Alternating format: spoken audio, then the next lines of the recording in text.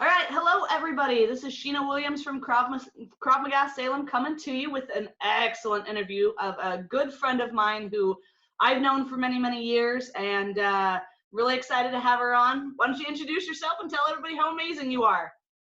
Hi, my name is Qin, and I come from a school called Kapap Academy, Singapore. I run it together with my teacher. So I've been teaching self-defense for, I would say, coming to like, I don't know, 10 odd years. I have been teaching for almost 11 years now. So what we do teach is realistic self-defense. We've been reaching out to over 50,000 students to date. So yeah, that's a little bit about what I do in Singapore. So I have been very honored to be given a few awards here and there, and I One or guess two, yeah. Jeez. and I guess one of my most memorable award will be receiving a medal from the Queen of England in 2017. Yep, which is And amazing. and subsequently being listed in one of the honoraries for the Forbes 30 under 30. So yeah, that would be my biggest achievement to date, I would say. Yeah, those are some pretty big achievements. So, for the folks who don't know you and follow you like I do, tell them where they can follow and learn more about what you do just on a regular basis. Well, we've got a few social media channels they can follow us through. I mean, we've got a Facebook page, which is Kapap Academy Singapore. We have got Instagram, which is Kapap Academy SG. So they can follow us through all these social media channels. We've got videos that they can learn from as well. At least have a know on what we're teaching in Singapore as well.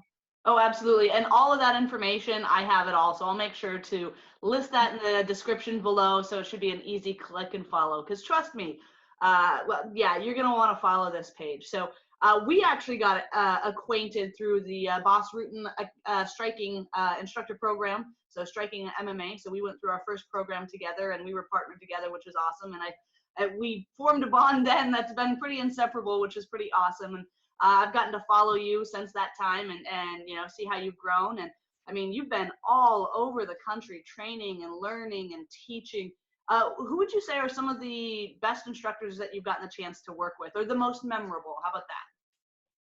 I mean, definitely. I think training with Kirsten and Juanes was very memorable to me. I mean, honestly, I don't know what was it, but I think that training kind of built a bond between all of us, Yes. something I continue to treasure very much to this day. So that would be very memorable for me. But also, I've been very honored to have received training from several other instructors. And I would say that my own teacher and mentor, who has mentored me for 11 years now, his training has always been memorable from day one.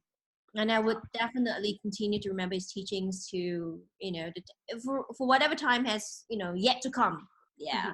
So, as somebody who's been an instructor for more than a decade, and you're continuing to learn and add to your kind of Rolodex of different strategies and tactics and techniques, how is it that you stay motivated to continue to train and learn and continue to grow? Because, I mean, as you know, in this industry, sometimes people get very comfortable in knowing one or two things, or they kind of stay stagnant there. But people like you and I, we continue to train and continue to add value and continue to learn as much as we can to provide the best and top-notch training for our students. What keeps you motivated? I think it's a personal belief that I want to be the best that I can be for my students. And I always have this belief that there is never an end to learning. So because I want to be the best instructor that I can be, that kind of keeps me motivated to keep, going out there and searching for whatever materials, whatever skill sets I can adopt and bring it back to my students. Is there a new skill or a new thing that you're adding into your training that you're currently working on? Well, I'm currently working on a few things. I mean, grappling is one of them. I started off with jiu-jitsu, then I did catch wrestling, which was something that introduced as well back in America, which is ironical because it came from America. Um, and then I'm still honing my skills in submission grappling. But I guess another new area that I'm trying to focus on is in control and restraint. Perhaps going to security as well. Yeah. So that's something that is new to me, and I'm looking to work with a few organizations on that. Haven't quite landed on one yet, but looking into several. Oh, Mm. good, good.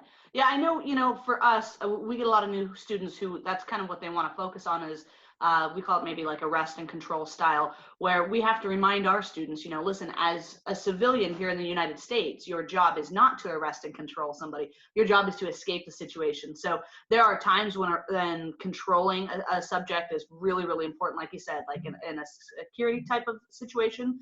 But most of the time when we're talking about self-defense, we're not talking about controlling somebody. We're talking about neutralizing a threat, escaping the scenario, bettering and advantaging your position. So it's a good thing to have, but some people can confuse those two things. So I think it's awesome that you're adding that into your training. And because I know you so well, I know that you're going to be able to make that differentiation for your students, which is awesome. So, meeting the Queen of England. Let's talk about that because that's huge. Yeah, I mean, getting an award, doing all of that. Tell us a little bit about that.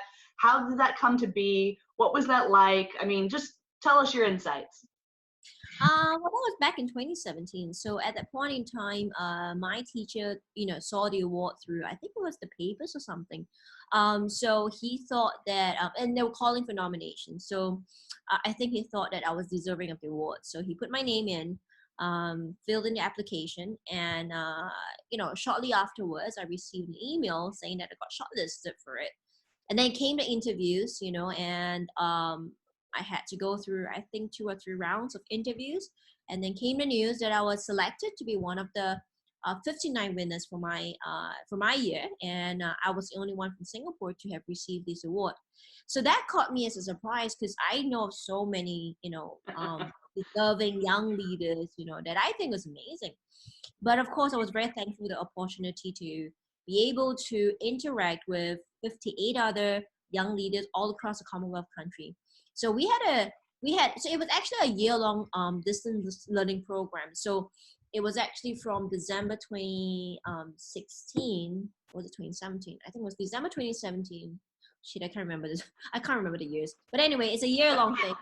And we're supposed to learn how to be better leaders. But of course, the highlight of the program was that in mid of this year-long program, we will get, to fly to London and to spend about 10 days there interacting with industry leaders, understanding how to become a better social entrepreneur or at least be a more impactful leader. And I guess the final highlight for that 10-day trip was where we get to meet the Queen herself. So actually up until then, I didn't quite realize that I knew I was there. It's just, it didn't actually dawn on me that I was actually there. Up until I was in the palace, I was, we're standing up, in attention because the national anthem was being played there. And I was like, crap, I am in Buckingham Palace. And I am about to shake the hands of the Queen in the next few minutes. And I was like, damn, now I'm nervous. So it actually didn't really quite dawn on me that this was like, I was there. But all in all, it was pretty fun. I'm sure everyone would love to ask me this question. What did the Queen say to me? Yeah.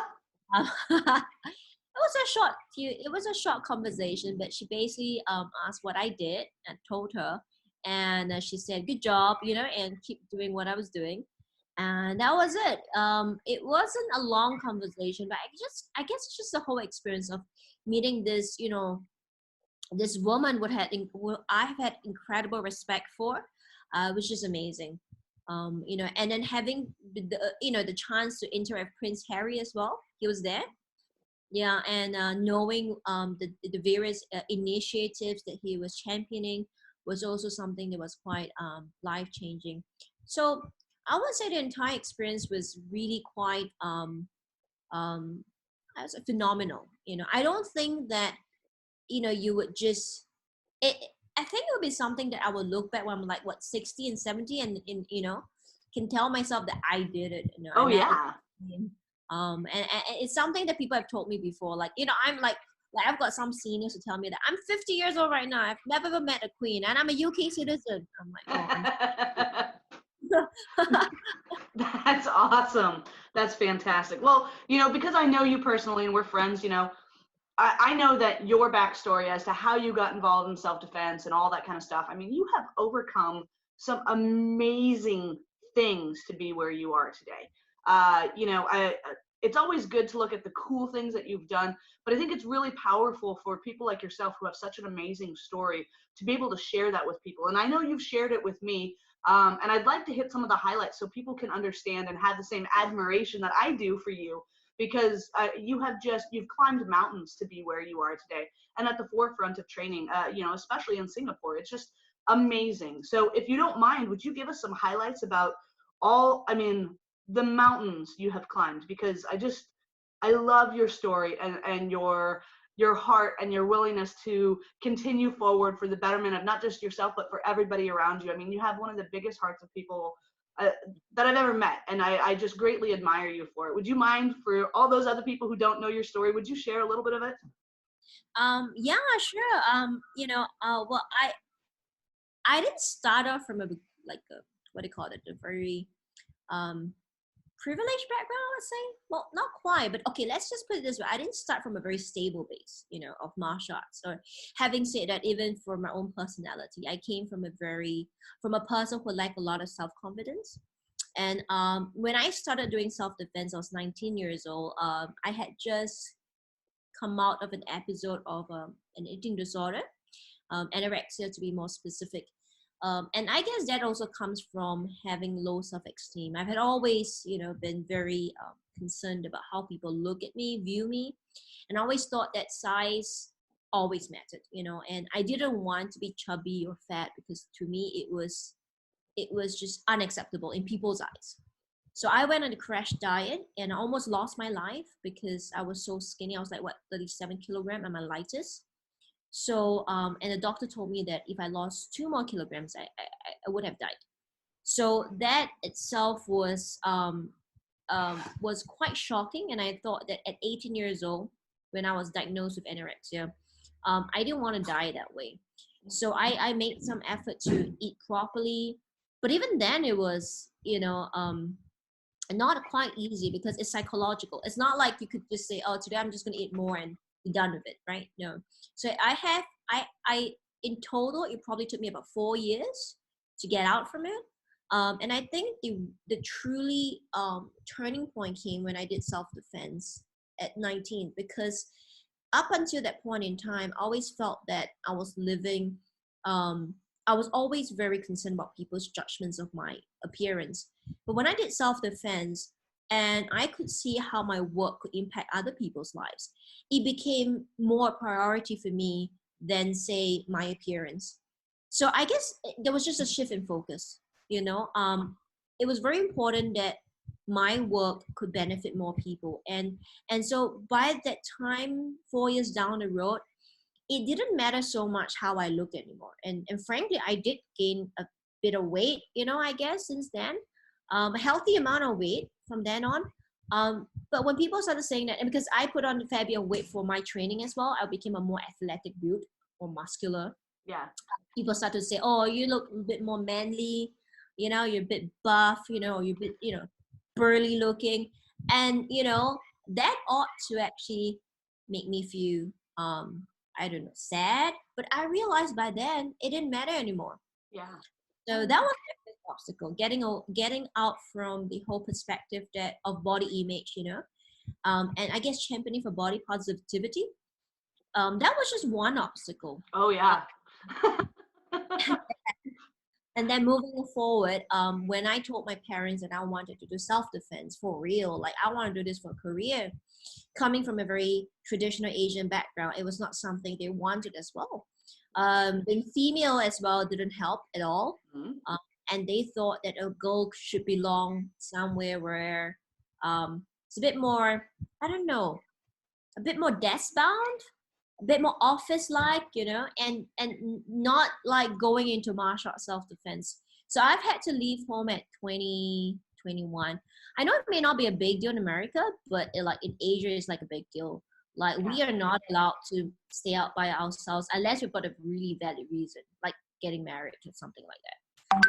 So to me, it was very important that to my parents that I stay at home, do as I'm told, until I get married. And that wasn't exactly what I wanted. So I decided to, stay out from home and chase my dreams, which was a humongous task at that point in time.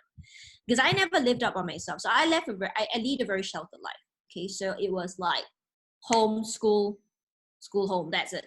So to go out and do things by myself at 2021 was just something I've had to learn. And was it a lonely journey? Yeah, I mean, I had no emotional support from my parents, nor my friends. Only my teacher was there, which I was very thankful, which I'm very thankful for. So that was the second obstacle. And then having to do all that and then realize I don't do very well in martial art was another beating down altogether. Because it's like, to me, it's just something that I how would I say, I never really considered I could make a career from it. I only wanted to train and be good at certain skill sets, but to be an instructor was another thing altogether. Yeah. And then when I realized that I wasn't good at it to begin with, and then sacrifice all of that to just jump into something that I suck at, it was like, oh my God, did I make a wrong decision? And I can tell you, you definitely did. I've watched all the lives you've changed, men, women, children, the elderly. I mean, I've watched the amount of lives you've changed, and then being awarded things like, the Forbes 30 under 30, getting to meet the Queen. I mean, it just seems like you're getting award after award after award. And I think sometimes people look at social media and they see the good things and they don't realize, especially as an entrepreneur like yourself, the mountains that people have had to climb. And especially in your situation, I mean, it wasn't one little mountain. I mean, it was a mountain and then another mountain and then another mountain. And yet you've continued to, forge the way for so many who will follow in your path and continue to learn from you. And you're so amazing. I love you. I love following your story and all the great things you do. For those of you who find themselves in a similar situation where you feel like you're facing mountains to chase your dreams or just simply to be who you are, what advice would you offer to them, seeing as though you are on the backside of that mountain now? To be honest, it sounds like a cliche, but I always say that, stick to whatever you believe in. And I remember these words that my teacher used to say when I doubted myself, and I asked him, are you sure I can make this work? Are you sure that I can be who I want to be? And he asked me to ask myself this question, which I'll pose it to everybody out there. Ask yourself whether is this important to you.